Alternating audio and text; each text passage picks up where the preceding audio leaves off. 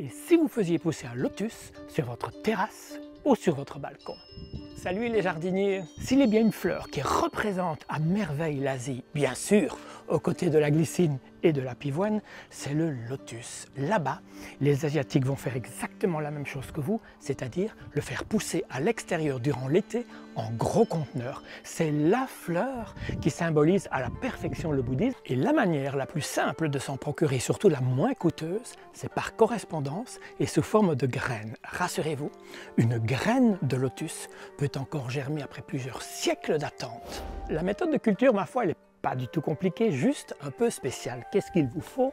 Pas grand-chose. Quelques graines de lotus, évidemment, un grand conteneur, de l'eau, jamais l'eau du robinet, mais de l'eau de pluie, un petit pot, du terreau, et c'est tout. Première étape, la scarification de la graine, car elle est très dure. Regardez-la bien, cette graine. Elle a deux extrémités.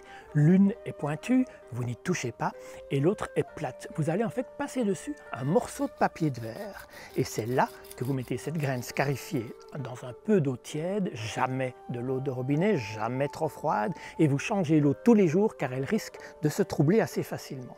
Il va falloir, je dirais, environ une petite semaine pour voir pointer doucement mais sûrement un petit bout vert qui puise son énergie dans ses réserves. Et c'est là que la tige apparaît déjà et qu'elle cherche le soleil. Voici maintenant la tige qui est déjà plus épaisse et même une seconde qui se prépare déjà. Il est grand temps de mettre cette plante en pot. Vous préparez un mélange, un tiers de terre pour plante acide, un peu de sable de rivière ou même du tout petit gravier et de l'argile. Prenez un pot troué dans la partie basse et je dirais qu'il est même intéressant de mettre d'abord une toile ou un plastique dans le fond du pot et qui en ressort pour pouvoir plus tard transplanter plus facilement la plantule. On remplit aux environs de 2/3.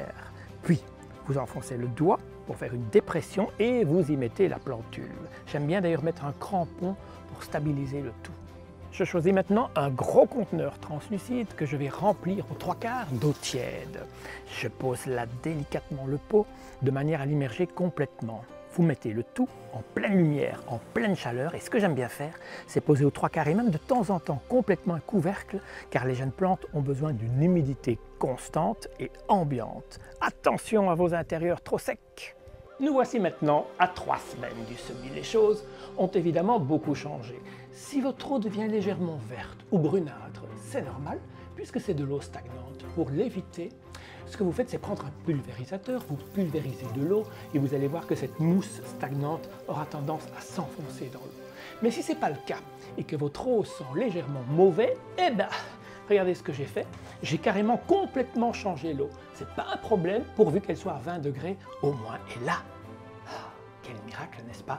Un pot, et je vois, après 3 semaines, je vous le rappelle, 1, 2, 3, 4 tiges. Voilà une feuille qui est en train de se dérouler, et celle-ci est totalement épanouie. Elle est mini, mais elle est caractéristique. On voit déjà même des petites gouttes d'eau perlées, montrant ainsi que la feuille est imperméable.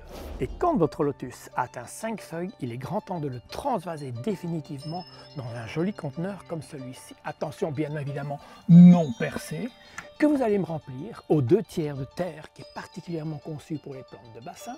Puis bien sûr, vous plantez le lotus, vous pouvez même recourir d'une légère couche de gravier pour éviter que la terre ne remonte et vous remplissez le reste avec de l'eau claire, une eau à température ambiante et non calcaire. Et qui sait, peut-être déjà la première année, si vous le mettez en plein soleil durant tout l'été, assisterez-vous déjà à un beau spectacle. Salut, salut!